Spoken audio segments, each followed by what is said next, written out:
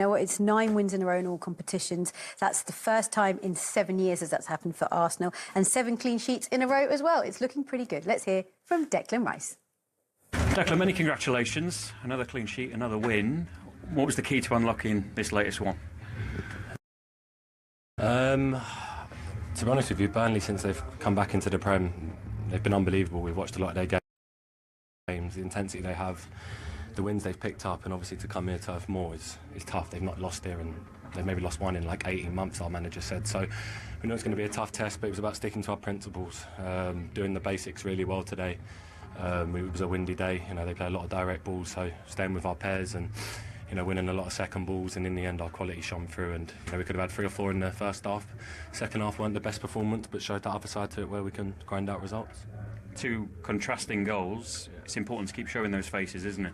Yeah, definitely. I think it's important, you know, we keep scoring goals, and however they come or whoever they come from, everyone can keep chipping in, and yeah, 2 goals was perfect for us.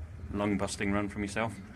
Yeah, I think, to be honest with you, if you look at the goal as a whole, we're defending a long throw in line with our 18-yard box. Big Gabby wins the header, powerful, wants to win the ball, wants to do anything to get a clean sheet, and then we all break, and luckily enough I keep running, and yeah, it was a great header. It was like a traditional number 9 header, so I'm buzzing. I bet he is. Life's good when you're winning, isn't it? Yeah, and that's why you can play Declan kind of as in the box-to-box midfield player, a bit Frank Lampard-esque, I think, wasn't it? Kind of getting in there. Zuba Mendy plays as the pivot, and that means he can get in the box, and at 6'4", you're not going to stop him when he gets a run on it. Another statement win for Arsenal to go 7 points clear at the top of the table. Right, let's go around the ground, shall we? Yet another win, yet another clean sheet. What was the key to that today for you at Burnley? Well, especially the way we started the game. I think in the first half we were exceptional, scored 2 goals, probably should have scored another 2 or 3. We give nothing away. And that was a platform to win it, because in the second half it's true that we weren't that precise, especially with the ball. We had to make a few changes, and yeah, we didn't have that much control of the game. But defensively, again, we were exceptional to maintain the clean sheet. It started really well for them, Gyökeres scoring in the first half. I mean, they're just so good at set pieces. I mean, one of those days where they got all these tiny little technicians, you know, physically they're so strong. Set pieces, they're great. One of the best defensive team in the Premier League. It's just, how about this for a ball from Gyökeres? I love that ball. Wonderful. And equally as good a ball from Trossard into the box, and Declan Rice with a wonderful header. You see, even at 1-0, you just, we spoke about this before the game, we just cannot see Arsenal conceding goals at the moment. And 1-0, 2-0, game over. Their lead at the top, they are on 25 points, they're 7 points clear of Bournemouth. Of course, the other 3 in the top 4 still yet to play this game week. Man United had the opportunity to climb into 2nd, but they're in 5th in the Premier League table, still unbeaten in 4 games. I mean, I think the only positive we can look at is the form that Man United have been on, and to get a point is obviously good, but the whole dressing room is frustrated not to get the 3 points. Conceded 2 silly corners. So yeah, it's frustrating. I don't think the first one's even a corner, to be honest. So yeah, it's frustrating, but we're back scoring now, and it's the edge then to then go and really believe that we can go on and win the game, and then literally within a minute we went and scored another one. But unfortunately we couldn't just see out the game and get the 3 points, but we take the point and we take all the positives and move on to the next one. But what about the corner that led to the goal that was conceded? I know it's a set piece, and you know what's going to come off Sean Dyche because it was defending the corner, and both goals have come from those set pieces. Inconclusive to whether it was a corner or not for their first goal. Yeah, I mean, from where I was standing, I was pretty far away. It didn't look like it went out. I haven't been in to be able to check it yet, so all the boys were saying at half-time, the analysis, they're saying that the ball never went out. So I think it's something that needs to be looked at, because it's happened twice to us now in 2 weeks. Last week against Bournemouth, it wasn't their corner, so it's something they need to look at, because, you know, it cost us two extra points today. So we'll see.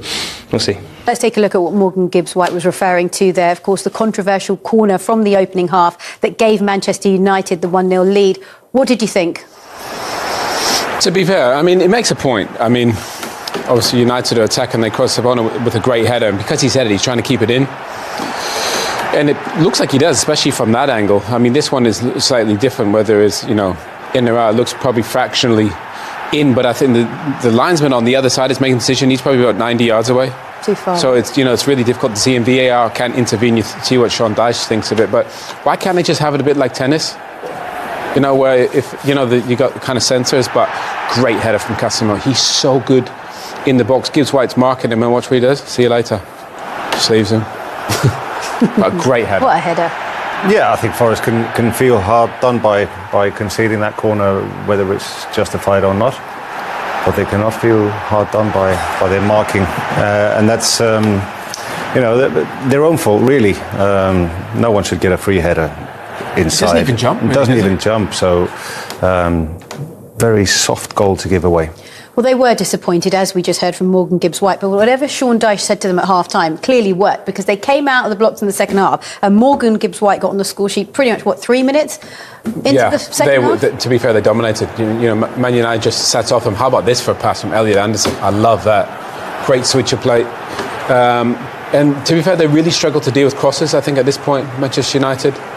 Such an easy, but Yates just pops it in.